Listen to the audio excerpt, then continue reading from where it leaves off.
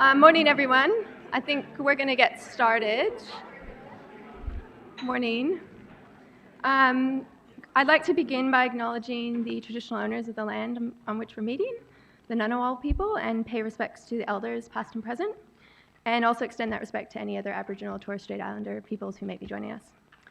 My name is Camilla Burkott. I'm a research officer at the Development Policy Centre, and it's my pleasure to chair today's Aid Budget Breakfast. Thank you all for joining us this morning, everyone who's here with us at Crawford School, but also via the live stream. This is our 5th annual Aid Budget Breakfast, and it's always proven to be a very popular event and a good opportunity to discuss the previous night's developments. Today we'll be hearing from 3 presenters. Each of them will speak for about 15 minutes. Those of you who attended last year will perhaps get a sense of deja vu, because we've got the same speakers last year as we had this year. So first, Dr. Anthony Swan, who's a research fellow at Development Policy Centre, will provide the macroeconomic analysis of the budget. Next, Stephen Howes, Director of the Development Policy Centre and Professor of Economics here at Crawford School, will present his analysis of the budget, looking at volume, allocation, and performance of the aid program. And then Ms. Jackie DeLacy, Vice President for Strategy and Apt Associates, will reflect on the budget and the signals that it sends about how aid and development is being taken. After each of our speakers have spoken, we'll pause to take a couple of questions if there are any immediate questions anyone has. And then after all 3 have finished, we'll open up for a general discussion and questions from the floor before wrapping up at about 10:30. I want to encourage everyone to join the conversation on Twitter, hashtag AidBudget2017, Australian Aid, @DevPolicy, just suggestions.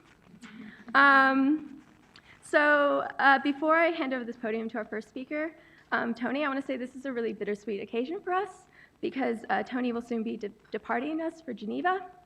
We're really going to miss him. He's provided the macro analysis on the budget for several years now, and it will be really difficult to replace him. So, Tony, please give us your opus.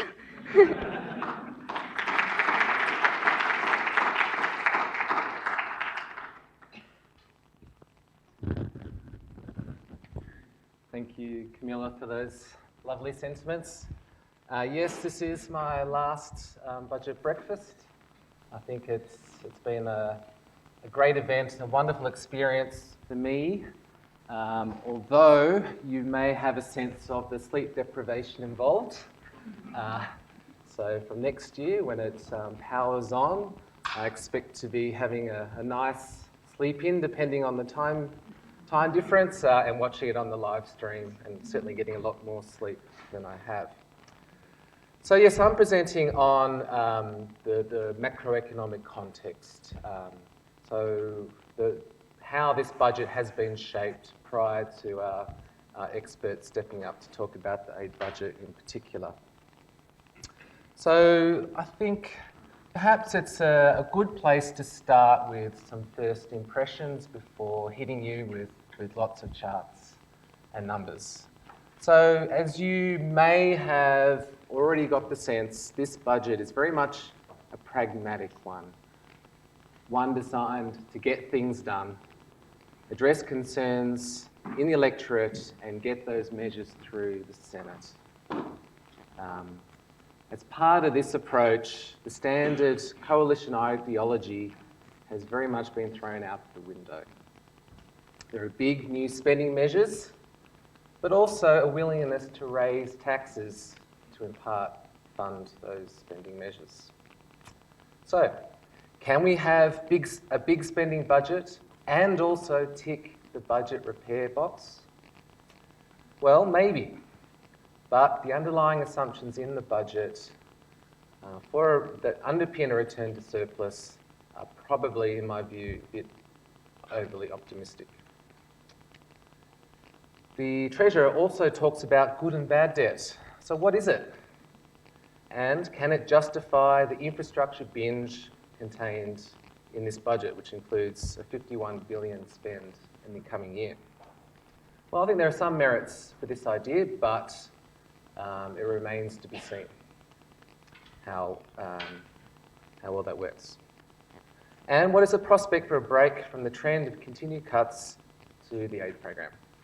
I think the answer to that depends on whether budget repair is actually successful or not, which a large part of my presentation will focus on. Okay, so I'll hit you with my first chart, which is just to give you a sense of the expenditure controls that the government has put in a number of key areas. This chart shows year-on-year percentage changes in real government expenditure in a number of sectors. For example, you can look at ODA. You can see how volatile it has been over a long period of time, as well as in a number of other sectors, particularly over that post-GFC period and the government's fiscal stimulus at the time. Also over the budget repair period. We all know that for ODA, less so for other sectors. But in the projections contained in this budget, a lot of this volatility has been stripped away and growth has been largely contained. And as the Treasurer said, government spending is increasing at a rate of around 2% per year. So this in part is driving a projected return to surplus. This shows the underlying cash balance. The green shows the actual numbers over time, and then the red line shows the budget projections. A steep increase to hit positive numbers by 2021.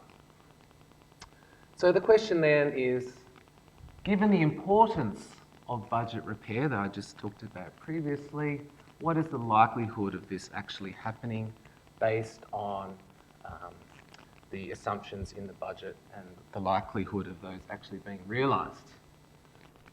Well, if we look at projections over time, you might get a sense that they haven't been very reliable. Is this time any different? Well, it must be said that there is a bit of optimism around the performance of the economy, particularly over the last 6 months. Commodity prices have improved. Company tax is looking fairly strong, revenue from company tax. So there is optimism that this pathway, the red line, which is the current projections, can indeed be met. But let's have a closer look at that. Okay. So the budget deficit is a result of a persistent gap between expenditure and revenue. So here we're showing both of these as a percentage of GDP. And you can see that looking at just these actual numbers, that in this post-GFC period, not much has changed to reduce that gap. So what happens when we bring in our new projections and look at path to surplus? So that's reflected by these orange or brownie lines. The dash is projected revenue as a share of GDP, and the dots are expenditure as a share of GDP. Where they cross is where we're back in surplus. Now these dots here, I put them in to indicate where in previous budgets, for example, the black one is the 2013 budget, where in that budget there has been a projected return to surplus. So in the 2013 budget, the projected return to surplus was in 2015, 16, 3 years ago. So you can see how as the years have gone by, yes, the projected return to surplus is always there, and it just gets pushed out, pushed out, pushed out. So once again, is this going to happen with this year's budget? It remains to be seen. So let's think about some of the assumptions that are underpinning these numbers. Okay. Well, if you look back, if I just go back to this diagram, okay, a lot of the projected return to surplus is driven by strong revenue growth. yes, expenditure is somewhat falling, it's under control, but it's really revenue that's driving the projected return to surplus. So, what underpins this growth? Well, it's very much along two dimensions, and that is strong increases in wage growth. Higher wages means people are paying more income tax, and as well nominal GDP growth, as well as real GDP, but I'm just showing nominal GDP growth here because more inflation means also more revenue coming into the government. And you can see here that given our starting position is here, that there are really strong assumptions built into this budget. Now, where does the optimism lie within government to achieve this revenue growth? Well, this is what's happening around now. This is the projection for up until June this year for nominal GDP growth, and it's very strong, right? But the question is, can that continue? In large part, that has been driven by improved terms of trade, and it must, to be fair to the government, that the projections on the terms of trade going forward are somewhat conservative. Now I'd like to talk about good versus bad debt. You may have heard the Treasurer talk about this quite a lot, and there's a whole new chapter in Budget Paper Number 1 dedicated to this concept and its implications. So what is good debt? Well, good debt, at least according to the Treasurer, is used to describe essentially any investment in capital that earns a positive return. So in large part, he's thinking about infrastructure. Whereas bad debt is anything you're spending money on and having to borrow for that's used to pay for recurrent expenditure, such as education, health, social security. Now in the budget, they've actually come up with a new concept that the Treasurer has focused on, and this concept is to use this idea of good and bad debt to justify a new way of measuring the budget deficit. Rather than the underlying cash surplus or deficit, he talks about the adjusted net operating budget, okay, which is accrual revenue minus accrual measures of spending minus spending on capital. Okay, this effectively measures the extent to which recurrent expenditure is funded by borrowing. So it's a different concept. Now, based on this new measure, the budget is projected to reach surplus by 2018-19. Okay, so this is very much portraying this budget in a positive light. Were this to happen, then there would be less pressure to cut recurrent expenditure going forward. A good thing, particularly from the perspective of the aid budget. The projected surplus is still subject to strong revenue growth being realised, so that's a big caveat. Okay, that's nonetheless underpinning this projection on the adjusted net operating budget. Ultimately, though, the government cannot pretend that debt is not debt, no matter if it is good or bad. In particular, credit rating agencies are not likely to be persuaded by this good debt argument. Okay, they're going to look at the fiscal position of the government as a whole. A downgrade to Australia's credit rating will mean that debt will come at a higher cost. So this is still something to look out for. Whether debt is good or not depends on the quality of the underlying spending. Okay, not just whether it's on capital or recurrent spending. Okay, it's a lot more complex and nuanced than that. For example, debt related to poor infrastructure spending decisions is definitely not good. Okay, so just because it's capital doesn't mean it's good. And on that, if you look at the government's spending on infrastructure, a lot of it is being done by the government itself rather than the private sector, and so therefore there are questions about the quality of that infrastructure spending, and some of the spending that has been proposed hasn't gone through rigorous evaluation processes such as cost-benefit analysis, so that's something to look out for. It's also not clear that all recurrent spending is bad. For example, education spending, which creates human capital, that's considered recurrent spending, but that can earn a positive return over time. Okay, so that's not necessarily, if you have to borrow for that, it's not necessarily bad. Another example is maintenance spending, because that reduces the need for new capital. Okay, so once again, that can be very positive. Now, the distinction between good and bad debt made by the Treasurer is in part designed to limit growth in recurrent spending. This is, I believe, will be a new mantra, something that will really be used to keep recurrent spending down.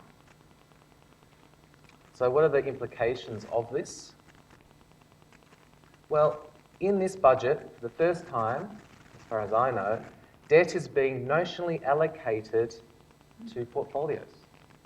I don't know if you've seen this, but this is something I believe will have implications for allocations of funds across portfolios in the future. So, for example, here, there's foreign affairs and trade is very much in here, and you can see how debt has been allocated to that portfolio. Also, the government is keeping track of recurrent versus capital spending, okay, with a view to, in my view, with the purpose of trying to reduce recurrent spending as a share of total budget spending. So the government is spending $51 billion this coming year on infrastructure. That's a lot of money. In terms of how that impacts on this red line, which is capital spending as a share of the budget, there is certainly a blip, but I guess what I'm trying to highlight here is that despite the size of that spend, it really is not going to have a huge impact on the share. Okay, so I'd like to conclude by highlighting what this budget signals. Well, it signals a return to raising revenue to pay for new expenditure rather than focusing on austerity measures and hoping they pass through the Senate, which I think is a good thing. It signals optimism about the economy and the prospect of relief from the pain of the budget repair process. Lastly, it also signals more government debt. Why? Because infrastructure, the big infrastructure spend is going to be funded by borrowing, even though it is labelled as good debt. And because of that, an even bigger budget emergency situation if revenue projections in the budget are not realised and the return to surplus is delayed. And I've highlighted that risk. In this case, there would be increased pressure to reduce recurrent spending in the future. The aid budget remains an easy target. Thank you.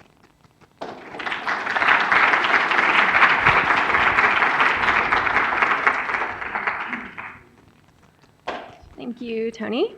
So we'll just take, if anyone has any immediate questions for Tony, any clarifying questions they want to ask. There's one up back. Yes, Matthew. And can I just say now, if you're asking a question, please wait until the microphone reaches you so that everyone on the live stream can hear you. Hi, Tony. Thanks very much for the presentation. Just a point of clarification. On what basis is the debt being allocated by a portfolio? It's a very good question. When I was reading that chapter at a very early hour of the morning, I looked and looked and looked, and it didn't spring out to me. So I was hoping that my esteemed colleagues would have asked that question during the lockup, budget lockup, but I never had time to even ask the question. So, yeah, it's yet to be determined as far as I know. Any other questions? No? Okay, well, if you think of one, we'll come back when we have the panel of speakers, so you'll have another chance. Thank you again, Tony. Our next speaker probably needs no introduction for this audience. It's Professor Stephen Howes, Director of Development Policy Centre.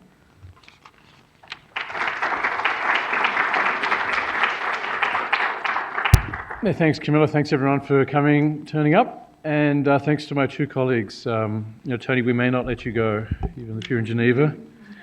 And Jackie's back by popular demand. I'm going to run through the budget, but as we promised this year, we thought, we'll go a little bit beyond the budget. It's a good forum in which to raise sort of issues, contemporary issues around aid policy. There's not that much in the budget, in a way, so I'm going to go a bit beyond the budget this time. But I'll start off in the usual way, looking at aid quantities, and the basic message is there are more, or those smaller cuts in this budget. So our aid tracker now goes back to the 60s, and these are aid increases every year after inflation. Most of the analysis is after inflation, and so this is about 60 years.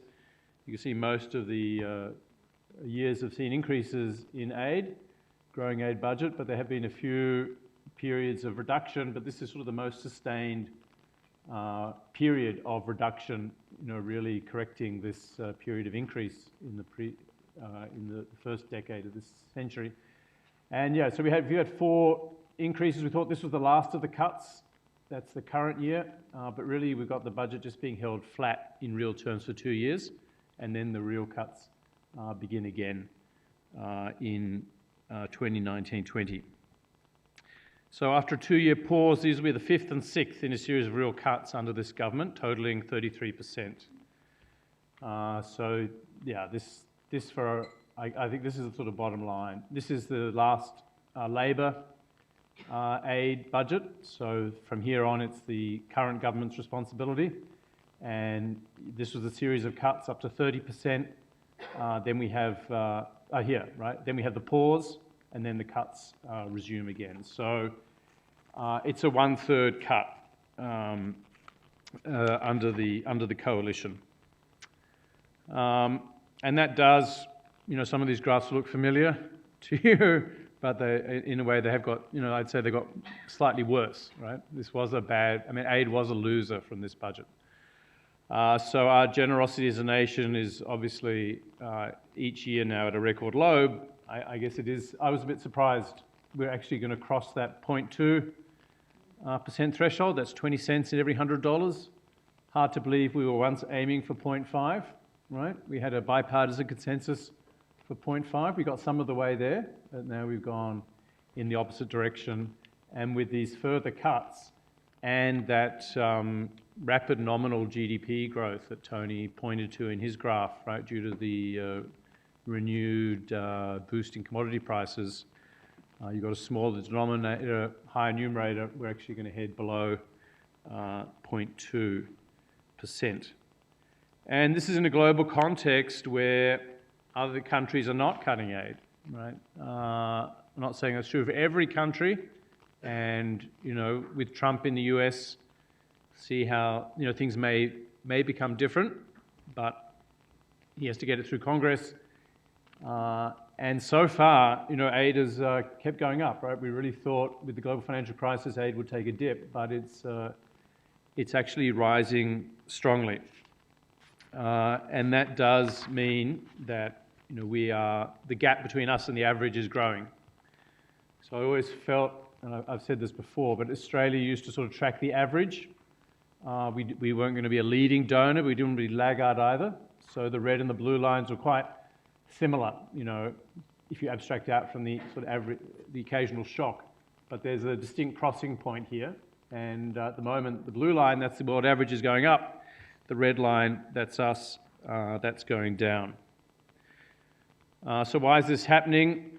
Well, it's not a result of fiscal austerity. As Tony said, expenditure is increasing 2% a year. That's after inflation. Whereas aid is decreasing. So whereas the aid has fallen by 1/3, Everything else has increased by 16% since coalition came to power. So what's really happened is that, for whatever reason, aid is now much further down the priority list. So this is ODA to total expenditure. It used to be about 1%. It's now gone down to below 0.8%. So less than $1, significantly less than $1 in every 100.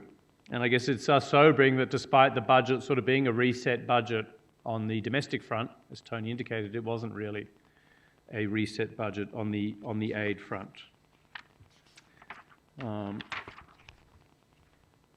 Aid budget wasn't slashed, but the cuts did continue. In terms of composition, there's not a lot of change to report, and I mentioned in my blog it was a sort of small target budget. Country allocations are largely kept constant in nominal terms. A lot of the DFAT allocations are exactly the same. There is an increase, right, in nominal terms in this budget of about 80 million. That's really used to increase humanitarian funding, which I think is welcome, and I'll come back to. But also, last year the government wanted to avoid further bilateral cuts from the $200 million odd of aid cuts, so they delayed a number of multilateral and regional payments. So they're now using the additional room created by the nominal increase to pay for those deferred multilateral and regional commitments. So if we look at the numbers in terms of regional allocations, we saw the big changes happening in 2015-16, the cuts basically wiping out the Africa program, wiping out Latin America program, almost wiping out the Africa program. Significant cuts to East Asia and South Asia, and largely protecting the Pacific. So those cuts were made a couple of years ago, no further changes. In terms of sectoral changes, there is good data coming through the Orange Book, which gets bigger and better every year, and we can track sectoral changes. You can see this year they're fairly minimal, but they're consistent with earlier changes. So the aid cuts played out through a large cuts in health and in education. The education cuts are continuing, health is levelling off, and otherwise governance is protected. There aren't a lot of new announcements. There's sort of just one sentence on the on the Regional Health Security Fund, which was the government's one election aid commitment. There's one sentence on it and an unspecified amount of funding. It's surprising that there isn't more on that, given that it was initially announced in the run-up to the last election. Yeah, one of the positive features is the restoration of humanitarian funding. These are just a couple of graphs from our aid tracker, and all this information is available on the aid tracker that I've been going through, so please go and have a look at that if you're interested. But you can see this year, so we've updated the aid tracker for the budget, this increase in aid humanitarian emergency allocation. So it's really been restored to earlier pre-cut levels, and that's by giving it a bigger share of the aid budget. And I think that's very welcome in this time of global humanitarian crisis. If we look at global programs, it's a bit hard to assess from the single year comparisons because of that deferral issue. So this graph takes a longer term view from 2012-13, 2017-18. And you can see a lot of the global programs, in fact, have been protected. If you look at the first line or two bars, cash payments to the multilateral development banks, as I said, humanitarian emergency has been increased. Global health programs have been protected. Where you see the cuts are more down the bottom, and especially to most of the UN agencies. The UN and the Commonwealth have borne the brunt of these aid cuts. Just another comparison over time, I think that probably we don't think enough about. A big part of these aid cuts have actually fallen outside of DFAT on that whole of government aid that used to be very important. It's really fallen away now. And in 2012-13, it was 700 million. I think this year it's 300, and next year it's going to fall to 237 million. So that non-DFAT aid has really fallen away, and you would have heard lots of stories of Treasury and finance officials leaving countries like Papua New Guinea and Solomon Islands. Okay, that's my budget presentation. I'm just going to have a few slides before I hand over to Jackie on issues related to the budget, but just going beyond it, since I have a captive audience. And I do figure, maybe the aid cuts are, hopefully going to be a thing of the past, but probably doesn't look like many increases. So while we all might want more aid, we might have more traction around performance issues. Government did recently release its Performance of Australian Aid document, 2015-16. It was somewhat late. The other few years have been released in February. This one was just released, I think, last week. I think in some ways it's a disappointing document. The government's own independent evaluation committee chair, who sort of writes a comment on this, recommended the government change the targets. Some of the targets seem very soft. Not all of them, and the gender target in particular seems to be sort of very rigorously applied. But one target, for example, is just to have country strategies, and you wonder for how long you're going to reward yourself for writing a strategy. But that wasn't done, so the targets are unchanged. That said, it does provide some very useful performance data. And there are three types of data that you can look at across countries. One is performance of projects. Two of these performance benchmarks, which is part of the new aid paradigm. And the third is the achievement of country objectives. There's actually very little variation in countries across performance of projects. They all seem to do pretty well. And performance benchmarks, they all seem to be largely achieved. But you do find significant variation in terms of whether or not aid programs achieve their objectives. There are very few that don't achieve their objectives, but there are quite a few that are said to be at risk. So you can see for the country programs the variation in the share of aid objectives. It goes from 100% being achieved for a significant number of countries, but then falls down to about 2/3 to a half, but does go down below a half for some countries. This is interesting performance data, and just a little bit of analysis you can do with it. If you just take it at face value, it looks like performance is improving. But if you actually weight the programs by their value, which makes sense, right? That you give more weight to a larger program, you find this performance improvement is negated over time. This is obviously a year behind, right? It's only 2015-16, and that's because I think, as Jackie pointed out, the last budget breakfast or two, we cut the better performing programs, right? By cutting aid to East and South Asia, we cut the better performing programs. And so even though on average performance might have improved, when you look at the program as a whole, we're giving more weight to the lower performing part of the program.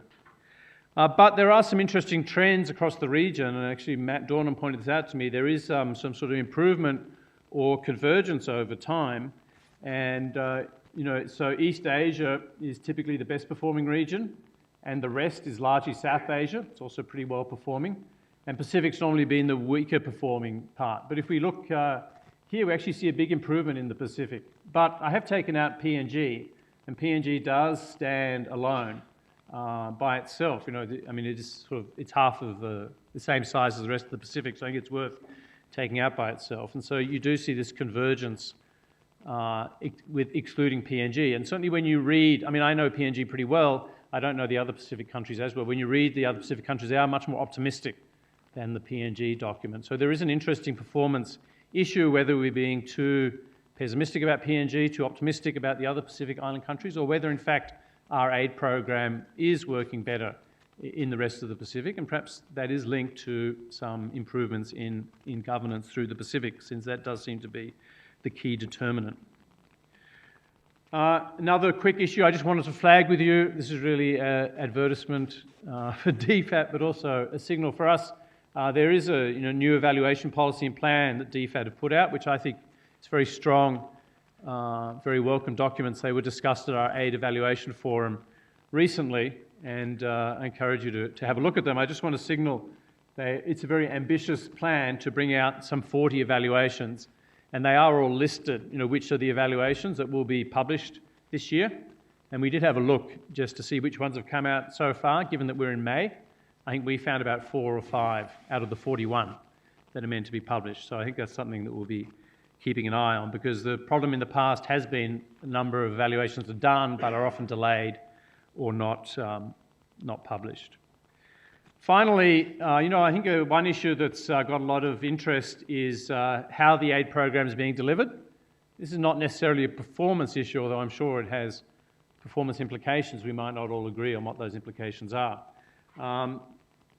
It's not an issue you can get from the current budget, but you can go back again through through the Green Book and through the performance documents and get a idea of how the reliance on different partners to actually deliver aid is changing. I mean, DFAT is, like a foundation, right? It's a grant giver to different bodies who actually go and implement the aid program.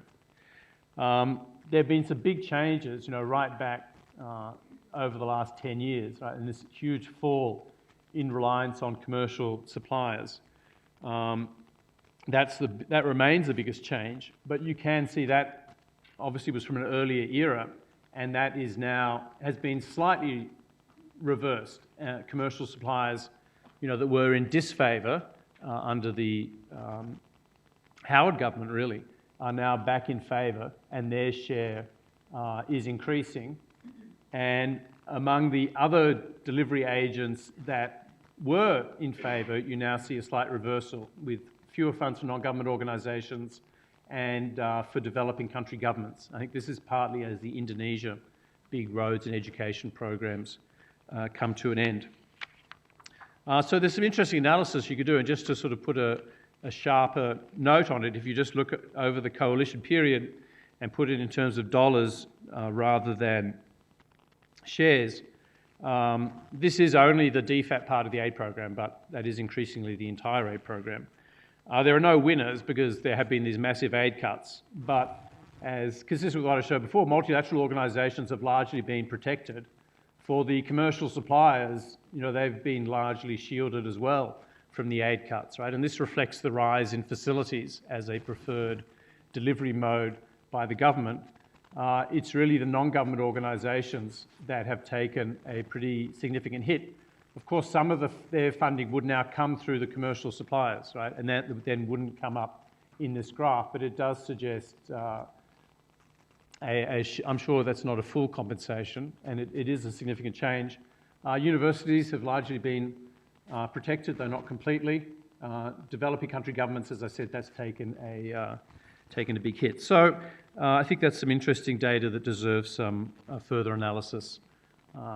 My time's up. Thank you very much.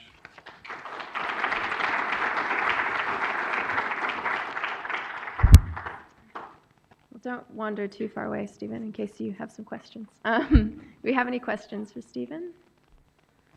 Maybe I spoke too soon.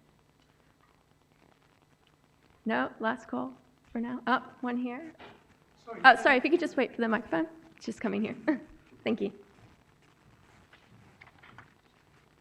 Thanks very much for that marvellous exposition. Just going back to, there's been the cut in the quantity.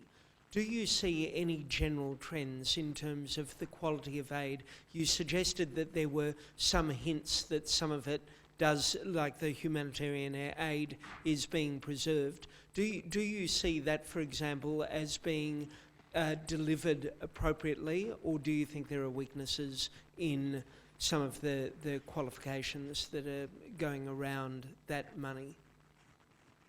Are you talking specifically about humanitarian aid? Particularly, but more generally as well. Right.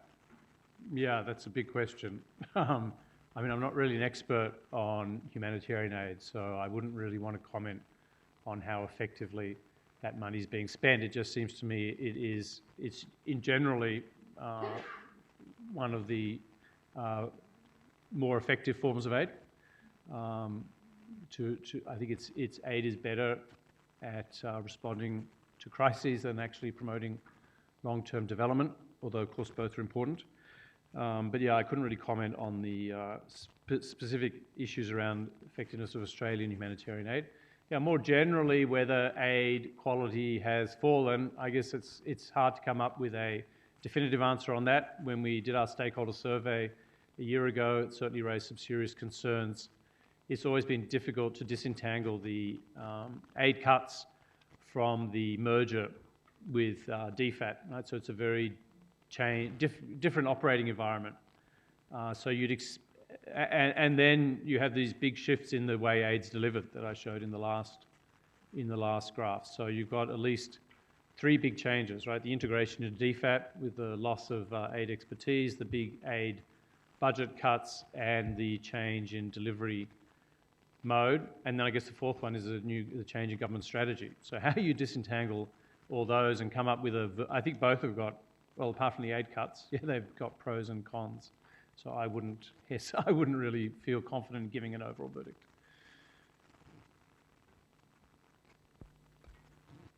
Stephen, just 3 quick questions. One is, what's the quantum of cuts that you can estimate it over the forward estimates in real terms? Secondly, what can we say about the departmental allocation for operations of the aid program, if anything? And thirdly, aid effectiveness, according to the OECD DAC, is in part attributed to predictability of funding and volatility. So this next phase we're entering into, would you say it's a period of predictability and stability, or the actual expenditure is volatile and so it actually may impact effectiveness? Right. Yeah, so in terms of the first one, what are the cuts relative to the forward estimates? It's really given by here. So these amounts should have increased. If these amounts were to increase in line with inflation, then it would actually be 300 million more cumulative over this, which is basically this amount times 2 plus this amount. Yeah, so it's basically $300 million cut over the forward estimates. Departmental, we had a graph on that last year. There's really no change in the departmental cut. I mean, this is a very, in general, a very stable budget this year relative to, this next budget year relative to this year. And yeah, in terms of volatility, then I guess any deviation from forward estimates makes it more difficult to plan, but these are fairly small cuts, so you wouldn't think it's going to be. I don't think you could criticise it for saying it's a volatile aid budget. I think it won't be. It won't be that. They'll just keep things going in nominal terms, right? It's not that hard to do, and yeah, you'll have to make some reductions in what you can do with that same amount of nominal money. So I don't think it's really an issue of volatility. I think it's just an issue around, are we serious about aid? And as I mentioned in my blog, those articles in the Australian that predicted that aid would be cut to fund AFP and the police, well, it wasn't as simple as that, but they weren't too far wrong, because aid has been cut and security has been increased. And, the coalition went into the 2013 election with this policy of keeping aid flat in real terms. And you can see they're just not very committed to their own policy, right?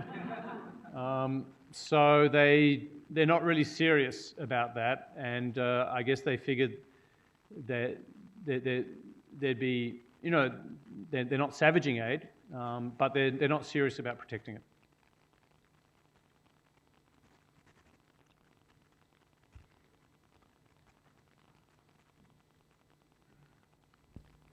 Thanks, Stephen. So we know over the last year or more there's been a lot of internal discussions within DFAT and the government about the way in which we're giving aid, particularly in the Pacific. But this seems like a really safe budget in terms of just rolling over allocations across the board. So has this internal discussion just led to nowhere, or is it happening at a level below the country allocations, or have these discussions yet to eventuate into actual policy change? I really don't know. I think what the foreign minister said when she first became foreign minister was that aid should be linked to performance, and that's why we're going to have performance benchmarks. But you don't really see aid being linked to performance at all with that sort of stability. So I think this is a budget that's kind of steady as it goes, and yeah, a small target budget. So I'm not really aware of those discussions, to be honest. So I can't really comment. I know the government's meant to be coming out with a new Pacific strategy, which was meant to come out by the end of last year, according to the Prime Minister, and we still haven't seen that yet. So what the implications of that are for the aid allocations, I'm not really sure. We're certainly hoping that it would have some further announcements about labour mobility. Maybe there is a sense of waiting for the white paper, and perhaps the white paper will have more guidance on performance benchmarks. Perhaps it might have more on this new regional health security. Perhaps it might have more on the Pacific strategy and allocations, but it's certainly not in this budget. Okay. So we'll make this the last question, and then we'll move on to the next. Thank you, Stephen. I noticed that some of the programs that are used to help particularly women and children seem to be being reduced as well, and things like the UN programs, UNICEF, UNFPA, UN for Women, and the multilateral and the NGOs. Sorry, the NGOs tend to have a strong focus on women and children. And what is the ministers' and the department's rationale for these sorts of reductions? Yeah, I think if you look at this graph, you see that UN Women is protected, right? And that is consistent. You know, the government does have a strong focus on gender, and in fact, this time in the Green Book, gender is actually broken out as a separate category of expenditure, which I think is the first time. So, but then on the other hand, they don't really like the UN. And, you know, at the end of the day, you're making these massive cuts. Well, you can't protect everyone. And so, yeah, I think you're right. I mean, UNICEF gets really cut, right? Here, yeah, look at that, right, from 34 to 21 million. So, yeah, I think while the government does have a strong gender agenda, it hasn't been possible to shield all activities that have a gender focus simply because of because you're cutting 1/3, right? That's a huge cut.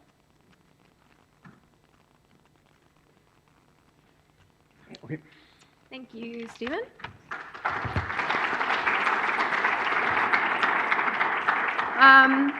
Last but certainly not least, I would like to invite Jackie DeLacy now to give her reflections.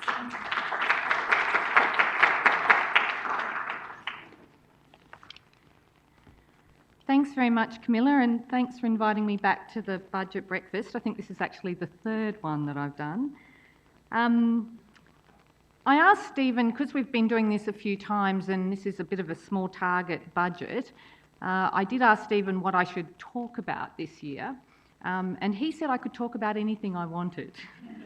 So I'm going to do just that. I'm going to talk a little bit about the budget, but I'm actually going to talk about some of the bigger trends. I'm going to go beyond the budget, a bit like Stephen has, but I'm going to talk about a few different things. Over the last couple of years, what I did was tried to look at the budget through the lens of what the government's stated policy priorities were.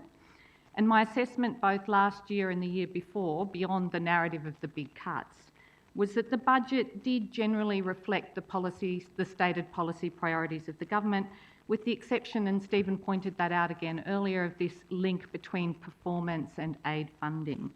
And my assessment this year is that this budget is very similar to that, that the policy priorities are broadly maintained, and that there is still no clear link between performance and budget allocations. But it would be boring for me to go through that in a lot more detail yet again. So what am I going to talk about? Well, prior to coming into government, Julie Bishop, possibly softening us all up for a future where budget cuts featured predominantly, she often said that quality mattered over quantity when it came to aid. And it's hard to argue with this logic. And in fact, I agree with it really profoundly. Now, the budget that was handed down last night we can only hope reflects the end of at least savage or deep cuts to the aid budget. I was really hoping I was going to walk in this morning and we could say that the cuts to the program had bottomed out and we were now looking at a stable aid budget. Unfortunately, we can't say that, because if we look ahead after the next 2 financial years, we do see $303 million being stripped out of the forward estimates. So I think we can all agree that the government has delivered on the reductions to aid quantity, even if we're not clear how far they have yet to go.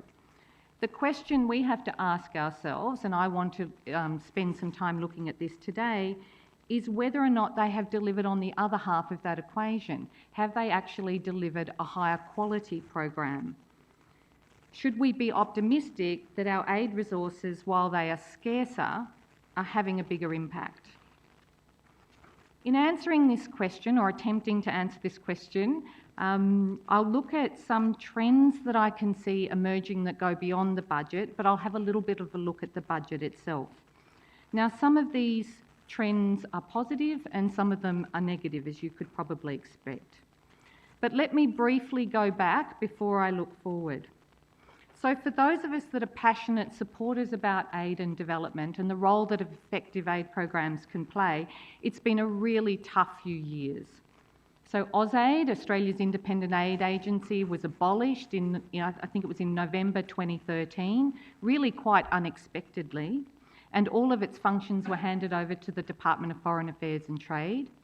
In December 2014, we had that MyEFO announcement where Joe Hockey took $3.7 billion out of the forward estimates of the aid program. And then the following 2 financial years in the budget, they delivered on that grim forecast and we saw really deep cuts to the aid budget. It's been a bit of a grim task standing here each year in the aid budget analysis. I've felt a bit like an undertaker at a funeral. And so the other story, which again Stephen alluded to, was that because DFAT had to adjust to the new budget realities, these big cuts, and it had inherited all of the AusAid staff, it had to reduce its staffing numbers quite profoundly to fit the new budget reality. And while it may not have been intended, the reality was that the large proportion of staff who exited the department so that the department could maintain its departmental budget were ex-AusAid staff. So a lot of expertise on aid and development exited the department. So that's all a pretty grim history. So are there any positive signs that now that we've got past that era, now that integration has settled down, now that we're past the era of deep cuts, are there any signs that aid quality really matters to the government and to the department? I think there are a few positive signs. So first of all, the June 2014 policy statement by the Minister seems to have been implemented reasonably consistently. The higher priority given to women and girls, even to sensitive political issues like sexual and reproductive health, the support to innovation, the support to economic growth, all of them have been delivered even though the aid budget has been reduced. And I think that they should be applauded. And this year's budget has largely maintained it. And while UN funding for women and girls may have reduced, the gender fund that was established that's funding a lot of innovative programs across the department focusing on women and girls is still being maintained in this year's budget. So is funding for the innovation sector, and if you look at the Aid for Trade data, that is being maintained and slightly increased as well. Another positive sign, or potentially positive sign, is that in September 2015 the Coalition Government appointed a dedicated development minister. This is only the second time in the history of the Australian Government that a dedicated development and Pacific Islands minister has been appointed. The assumption here is that if we can get greater dedicated political leadership on aid and development, we will get stronger programs and we'll get a stronger advocate for aid and development issues within the Australian community, which over time may lead to a rebuilding of support for aid and development. The staffing anxieties within DFAT due to the integration or the abolition of AusAid also seem to have settled down. Many ex-AusAid staff are flourishing in this new integrated department, And many of them are in senior positions where they have a lot of influence over how the aid program is managed. For example, DFAT's current heads of mission, so its ambassadors and high commissions, in Papua New Guinea, the Solomon Islands, Vanuatu and Cambodia are all ex-AusAid staff, and they go into those roles with a lot of knowledge and expertise about how to make those programs effective and to integrate them with the foreign policy priorities of the government. The Office of Development Effectiveness remains in place. I think there was a moment where I thought that would probably disappear altogether. Its head has even been made more senior. It's committed. I think there's a strong recommitment to evaluation, as Stephen mentioned. It's committed to conducting and publicising those evaluations. And we're still getting the summary of program performance and the new report that was just recently released on 15/16, while not perfect, is something that we should welcome. And for those of us that are obsessed about the aid budget, which is presumably all of us here, it is really good that DFAT has resumed publication of the old budget blue book, which is now orange, just to confuse us all. They did it last year, it's even better this year, so I really welcome that. So what about today's budget? Should it help me feel more optimistic that a quality aid program, that we've got a quality aid program, even if it is smaller, even if we have to adjust our expectations on size? Well, the fact that it's been maintained at CPI this year is something I think we should feel some sense of positiveness about. I don't want to overstate it, but after the last few years, it could have been a lot worse. And if you look in the portfolio budget statement, you'll see that DFAT did take a hit to departmental budget, not on the ODA side, but on the normal DFAT side, where there's been a review of overseas allowances, and they would have argued very strongly to try and retain that funding because it's funding for their staff when they're working overseas, and they lost that fight. So DFAT has had to take hits to its budget this year, hits that it would have cared deeply about, but the aid program has received its CPI adjustment. So I think we shouldn't, that there is some cause for optimism in that outcome. Of course, the reduction of the 303 million out of the last 2 years of the forward estimates balances that. More positive assessment, but still I think we should appreciate that we got the CPI adjustment this year and next year. On the quality side, the overall increase was modest, as Stephen said, and there was only a couple of, and really I think the narrative around the budget is one of maintenance, of meeting the international commitments, and of a slight modest increase to humanitarian funding, really to deal with protracted conflict and emergency situations predominantly in the Middle East. So that is really the sort of headline story of this budget. The era of big changes to country allocations, sector allocations, and even partner allocations seems to be over. It's hard to see an aid effectiveness or quality narrative in this, but as a development person, I would say that predictability is a really good thing in aid and development. So if we are on a more predictable path, it gives DFAT much greater opportunities to improve the quality of its program than if we're in an environment which every year the allocations are shifting dramatically. I also think it's really, we should be grateful that they're meeting their international obligations and their international commitments. I do have a couple of concerns going forward, and one of these has become a bit sharper after last night. My first concern about the quality of aid going forward is really an institutional one in relation to DFAT.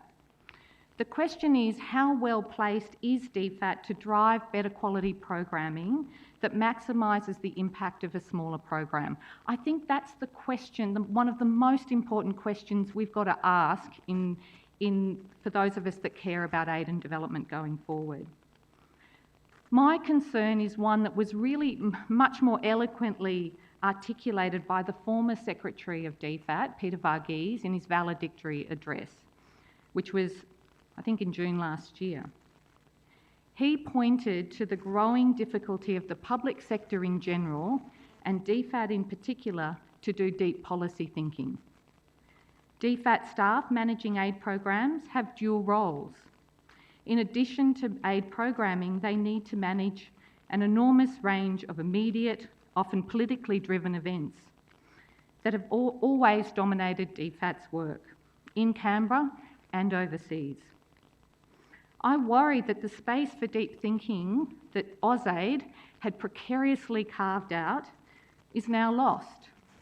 That blended jobs in a busy core department mean that no one can find the space for deep thinking and reflection. Australia's aid program is trying to tackle extremely difficult development challenges, wicked problems as they're often called in our business, and they simply cannot be designed and managed without serious space for reflection, contestability and learning. And don't tell my boss I said this, but there is no way you can contract out that work. It really needs to be held closely within the department.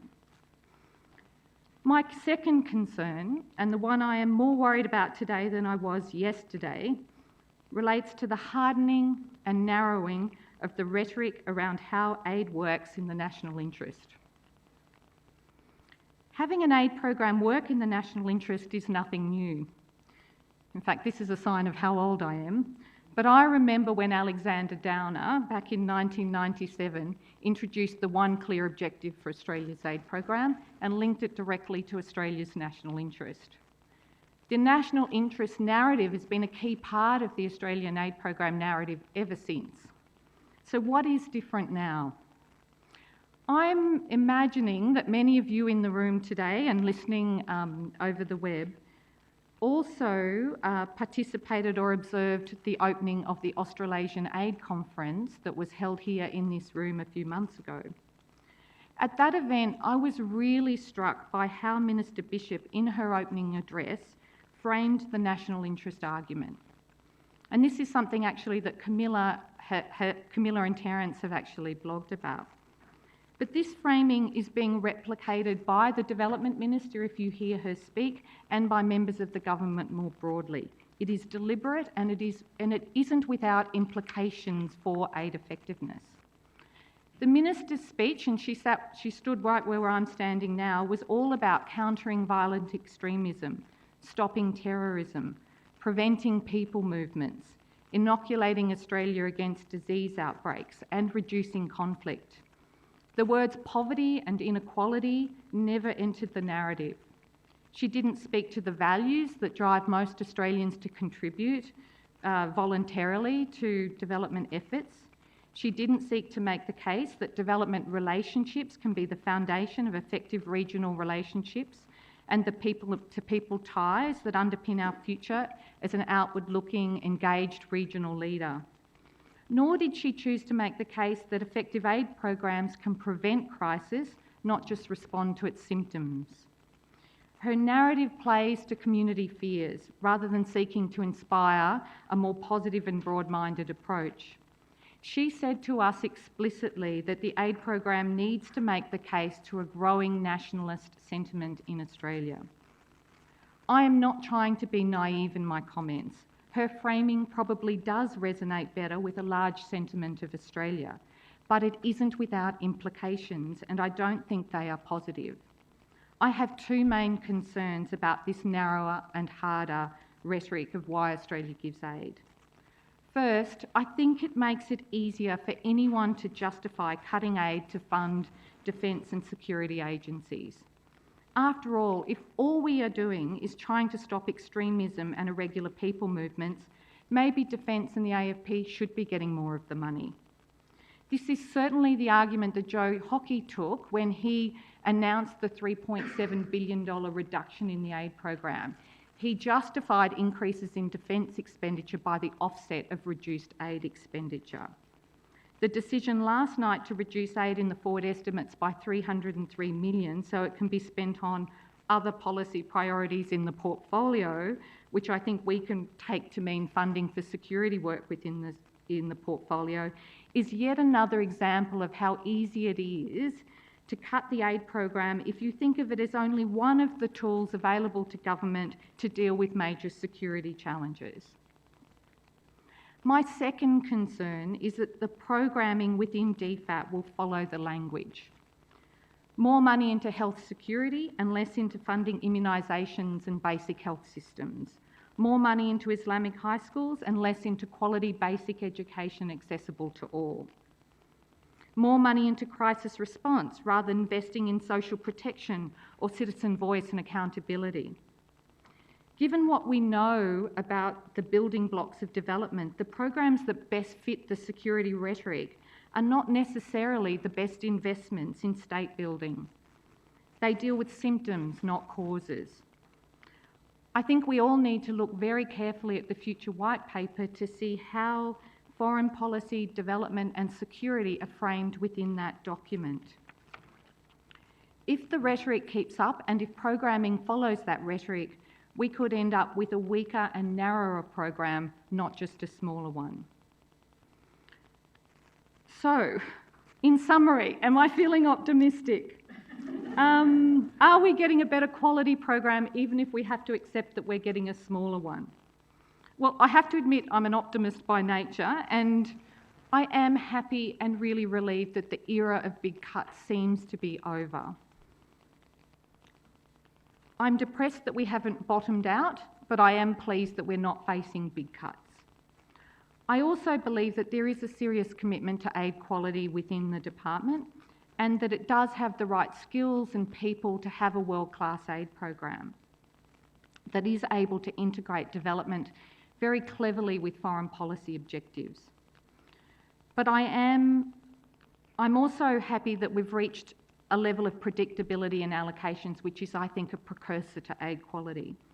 But I am very concerned about this growing link between national security and development, and I think it does pose risks for not just the quantity of aid, but also the quality.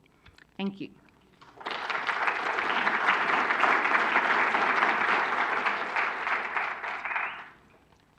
Thanks, Jackie. We'll move to the panel in a moment, but if there are any questions for Jackie before we do. Hi, Jackie. Thanks for the really interesting presentation.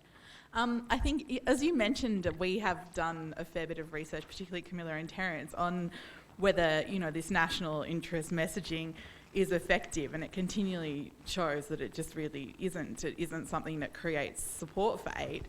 Do you think there's just a lack of awareness of that among government, or do you think that perhaps they truly do believe that this is what aid's for? Or do you think that perhaps there's almost a little bit of deliberateness from a government that's cutting aid continually to sort of not worry about building up public support? Yeah, it's a good question. I don't know is the first and simplest answer, but what I can hypothesise is that narrative does play to a particular part of the segment that the current government cares about deeply. So the more conservative part of their own political base. So I think they are using that rhetoric to try and shore that up. I do think there is a real conflict in the government building up support for aid at a time when it is consistently cutting it. It does make it a pretty difficult role, right? If you're out there trying to build support for the aid program at the same time, in every budget you're announcing further cuts to aid. So I think there is a genuine conflict. And building support for the aid program is clearly not one of their top priorities. I do think it's incumbent on all of us who care about aid and development and all have opportunities to communicate in the ways we do, to not fall into the trap of following that rhetoric, but to very deliberately counter it. Any other questions? Okay, in that case, if I could invite Stephen and Tony to join Jackie here, and we'll offer anyone an opportunity to ask any questions of any of them or of the panel as a whole. Just give them a second to mic up. But it'll be first question up the back, and then second, Paul here.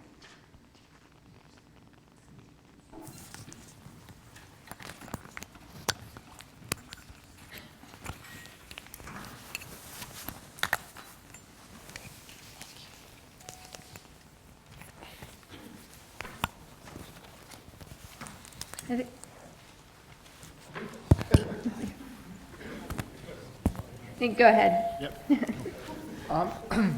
Thank you all for your presentations. I guess the reoccurring theme was that now the quantity is probably maxed out, hopefully not going to fall any further. It really comes to a question of quality. I was hoping to hear the panel's thoughts in regards to the role of impact evaluations in trying to assess the quality of different programs that Australia is funding. We'll take it one at a time. Yeah. I think, I wouldn't say it's, maxed out in that it could decrease further, right? So it certainly hasn't bottomed out. We could see further cuts to aid, at least in terms of not indexing to CPI.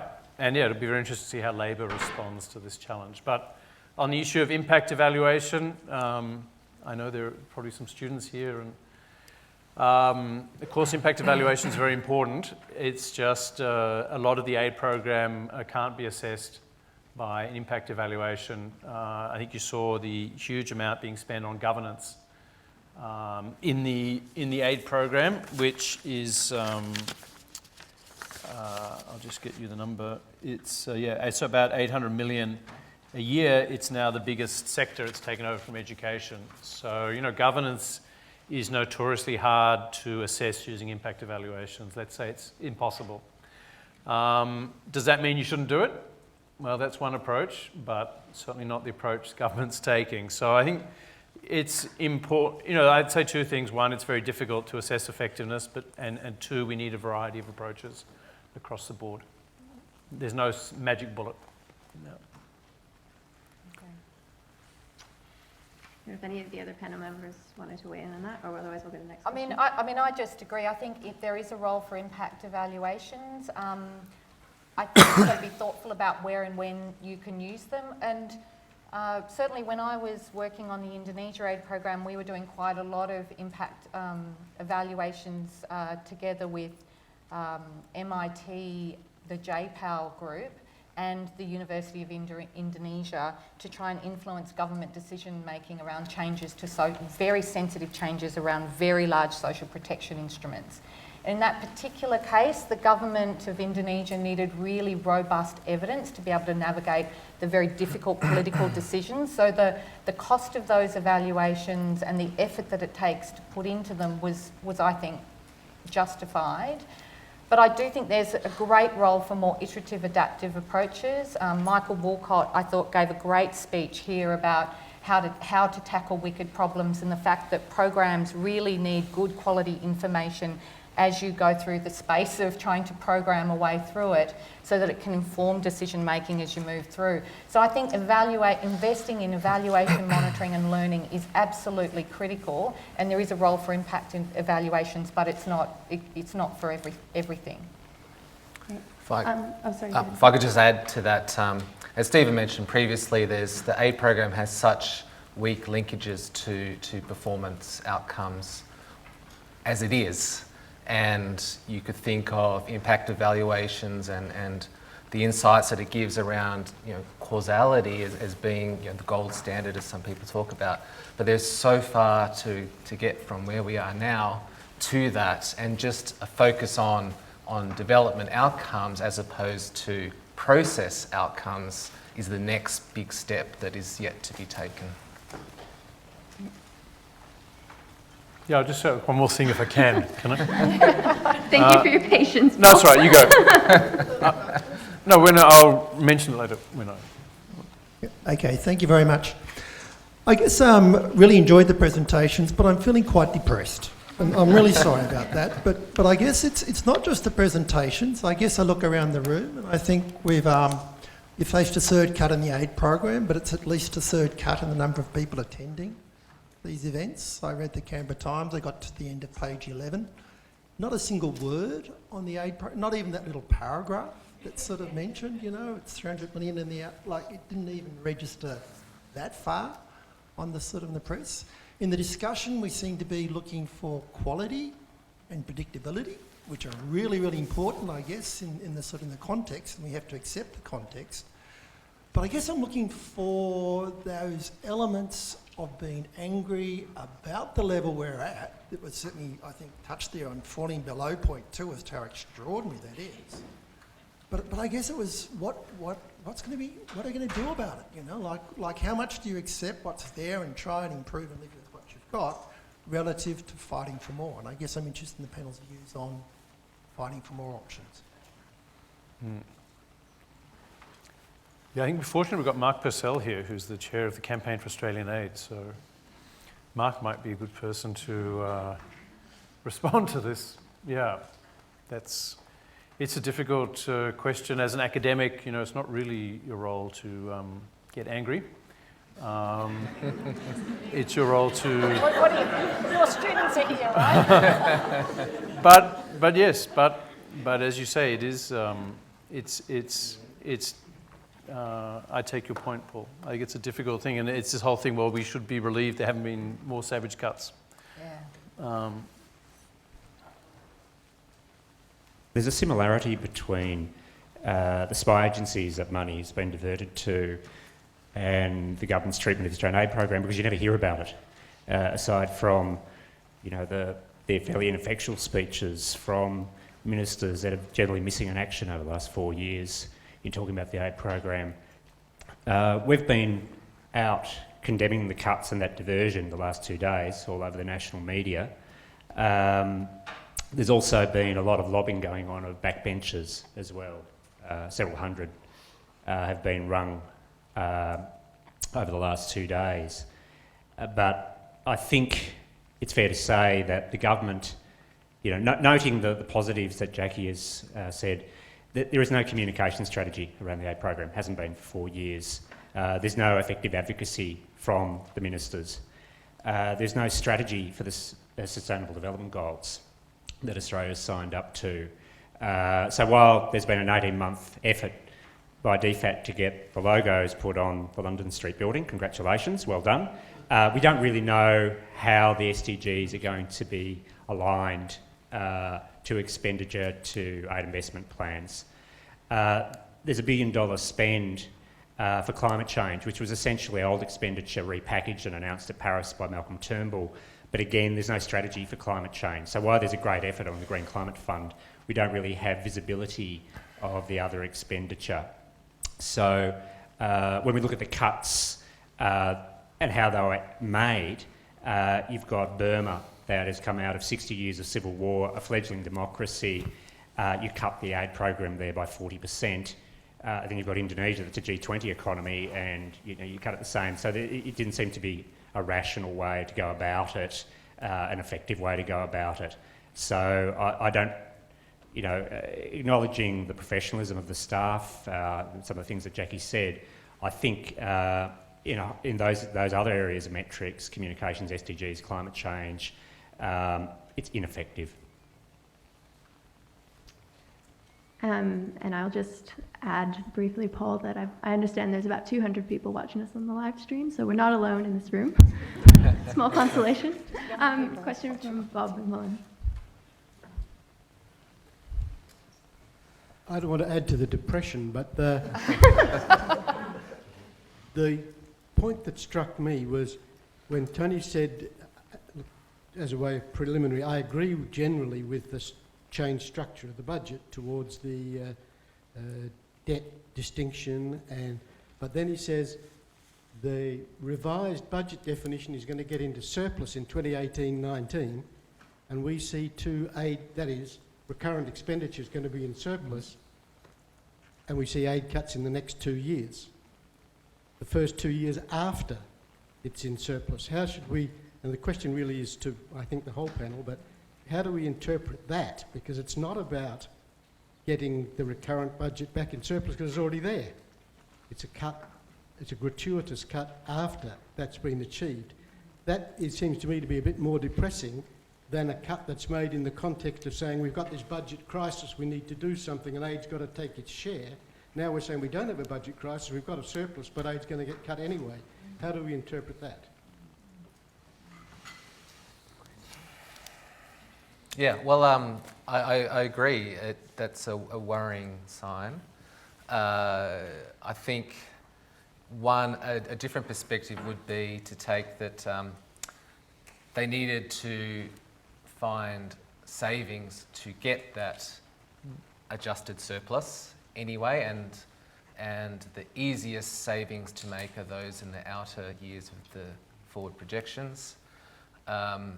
So whether or not those cuts to the aid program could have come in the next couple of years or at the end, it's just politically easier to put them at the end, and that, as you would know, that's something that tends to happen with the budget across all different sectors when there is a budget surplus that needs to be found. But I agree. I think that's something that should be focused on. I don't really. It's perplexing this decision in the 2 out years to cut the program. I can't help thinking, although I have absolutely no information on this, that there was some portfolio deal around it, that it reflects an intra-portfolio decision, that the overall budget environment was your portfolio budget, the recurrent expenditure can't go beyond this. So if you want whatever that 303 million is going to be used for, the other policy priorities, you have to find it from somewhere else in the budget. Those other policy priorities weren't ODA eligible, so they had to actually strip it out of the ODA budget to make it more broadly available for the other priorities. That it may be a decision that is much more a ministerial, in a way, controlled decision around her priorities within the portfolio than reflecting a big decision of ERC. But I have no, like we're all hypothesising, I really don't know. Yeah, I think as usual, Jackie's hit the nail on the head. That's why we keep inviting her back. It was a bit mysterious at the budget lockup, right? Because Ewan MacDonald made this point. When he asked what the savings are for, he said they're for the portfolio. But that's nowhere written in the budget documents, and so I didn't put it in my blog. I wasn't sure what to make of it, but maybe Jackie's just explained what it was about. And then perhaps also there was this calculation that, well, we'll increase aid for a couple of years. That will then reduce any immediate political protest. But yeah, I think that's a really good hypothesis. It'd be really good for someone to ask the Minister of Foreign Affairs why aid was cut. No one's done that yet, as far as I know. We've got one question here and then there. So go ahead. Hi guys. I have a question about, Jackie, you were saying talking about how the aid budget's been reframed away from development and a sort of poverty alleviation focus. I'm wondering whether you think that the good debt, bad debt distinction might be an opportunity for people who are advocates of development aid and poverty alleviation aid to sort of frame that kind of aid as an investment in our region. Like I'm thinking of sort of like infrastructure projects where we're building stuff. Maybe that's a chance to say this is actually good debt. I think it's a great idea. I hadn't thought of it myself, but I think it's a really good idea. I guess particularly if that narrative starts to get a bit of traction, it would be good to play on it.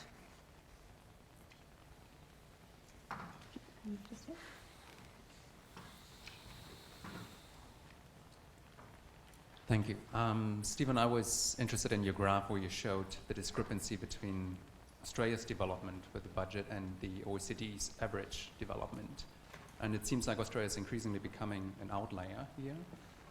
If I just take the UK example, where you had a conservative government in place with bipartisan support and a significantly harsher budget environment able to ring-fence the budget, how do you explain these kind of discrepancies, which seem to indicate a fundamentally different outlook on international governance and security?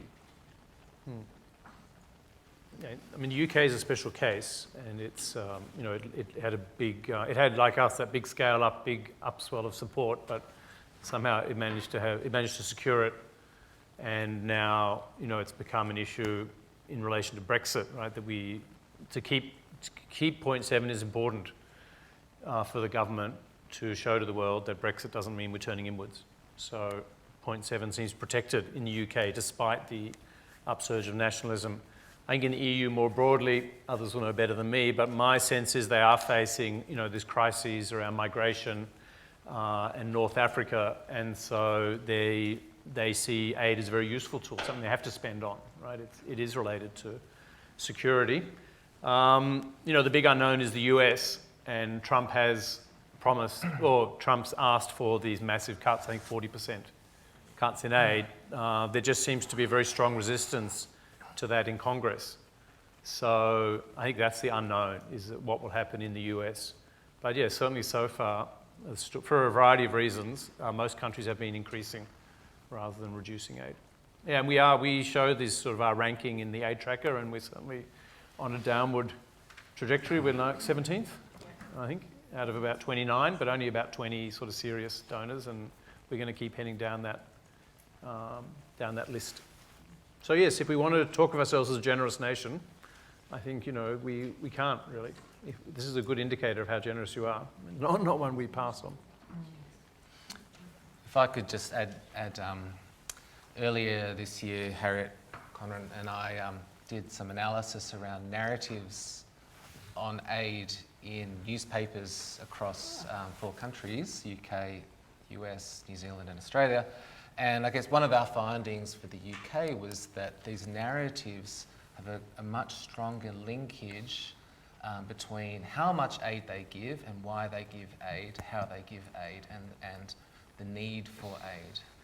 But when we looked at Australia, we found that narratives on aid were much less connected, or the connections were weaker. For example, I think we talked about humanitarian aid, and that is a great selling point for aid. We know that people understand humanitarian aid much better than development aid, yet when we looked at narratives on how much aid Australia gives, they don't, this is in newspapers, they don't link in with humanitarian aid. You rarely see humanitarian aid mentioned in the same articles when they're talking about Australian levels of aid, for example. Another question over here from John.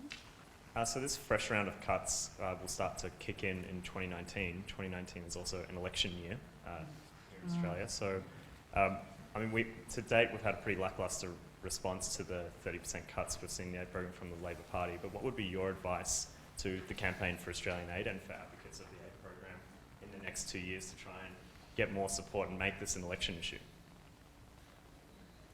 These are difficult questions. Yeah. Jono.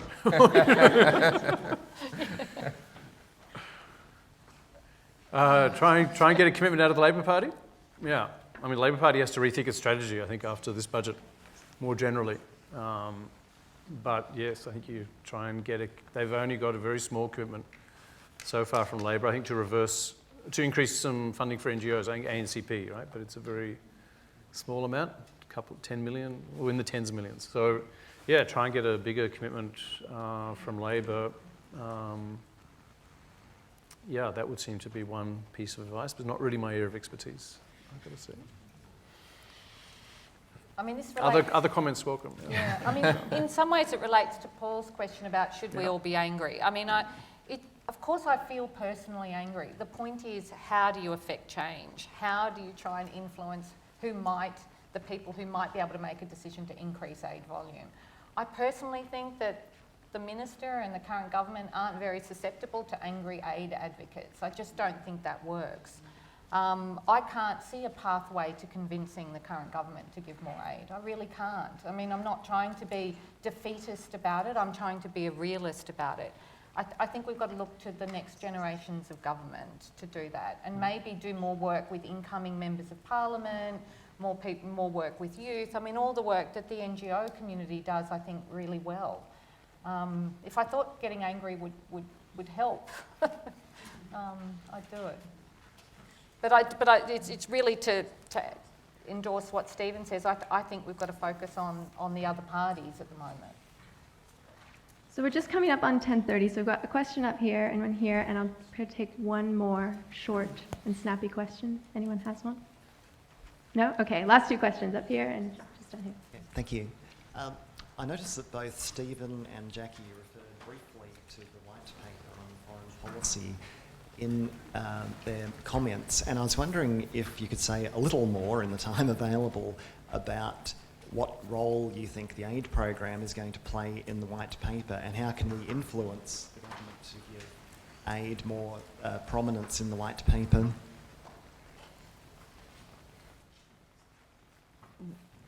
I think your comments about an integrated department, I think, go.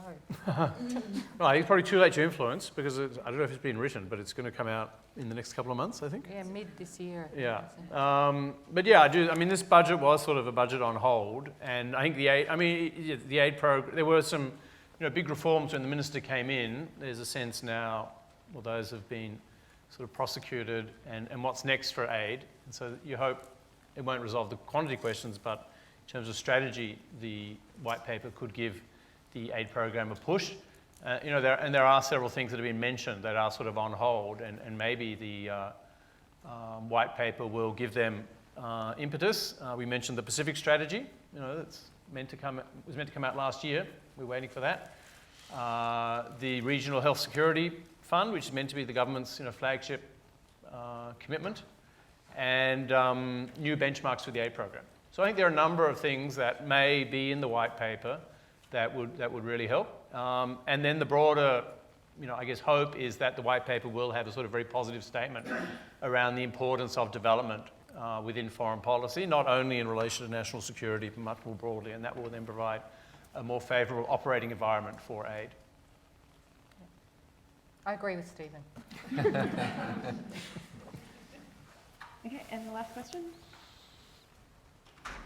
Thanks, everybody.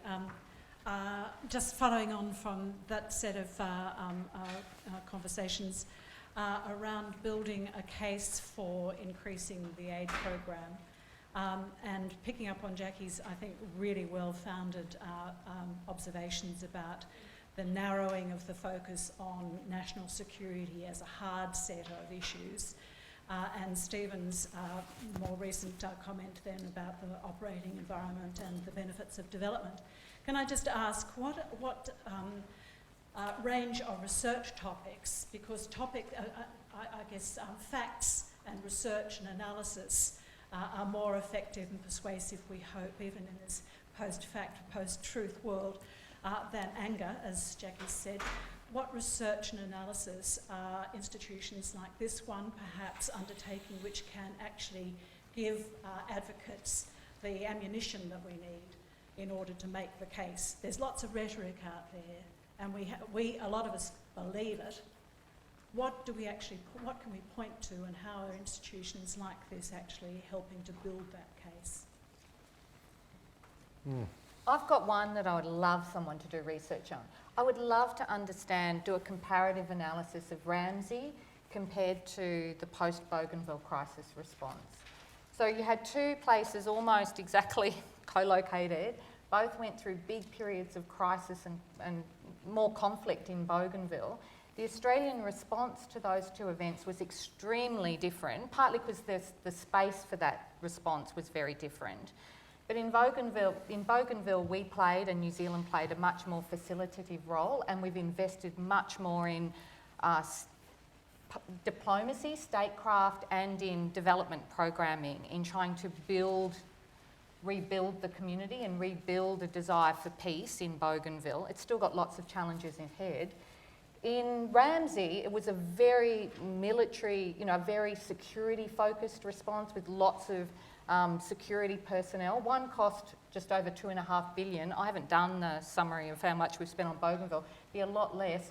It'd be interesting. I mean, these are two very different approaches to approaching a conflict in our region in a very similar geographic area. I'd love to understand what we think worked better and why, and how that might influence. This is the sort of deep thinking that I certainly think ANU can do, but this is what DFAT should be doing. I wish they had the space to do this. So there's one. Love to hear. Yeah, well, just to add on a sort of similar, and also on a positive note, since everyone is so angry and depressed. I was struck when I was just preparing for this presentation, that upward trajectory in Pacific performance. Yeah. Once you take out PNG. And I started reading some of the annual performance reports, from places like Solomon Islands, Kiribati, places you think normally are pretty troubled. And there are lots of positive stories about improved learning outcomes and better disease control. So I think someone should go and look at that and see if is that spin or is that real. And if it's real, then let's take some credit for it through the aid program. Just lastly, I think it's worth emphasising Terence and Camilla's research, which shows that the majority of people want aid to be spent on improving people's lives in poor countries. And there's a much, much smaller proportion of people who are obviously very loud and are able to capture a lot of media space and political attention that think that aid should not exist. So it's about tapping into that, possibly that silent majority. Great. Well, that about wraps it up. Before I let you go, I'll just mention, Stephen mentioned a couple times the aid tracker, and I'll just give it another plug. It has been fully updated last night by Ashley. So please do go there, devpolicy.org/aid tracker, and make use of it for your own analysis. And on the topic of your own analysis, I also have to plug the Dev Policy blog. We'd love to have submissions of blog posts. And that we have also just recently given a facelift, so please, if you haven't gone and had a look at it yet, please do. Otherwise, that wraps up the live stream portion of our event. Thank you again for attending, and please feel free to stick around. I think there'll still be some tea and coffee outside. Continue the conversation, and we look forward to seeing you next year.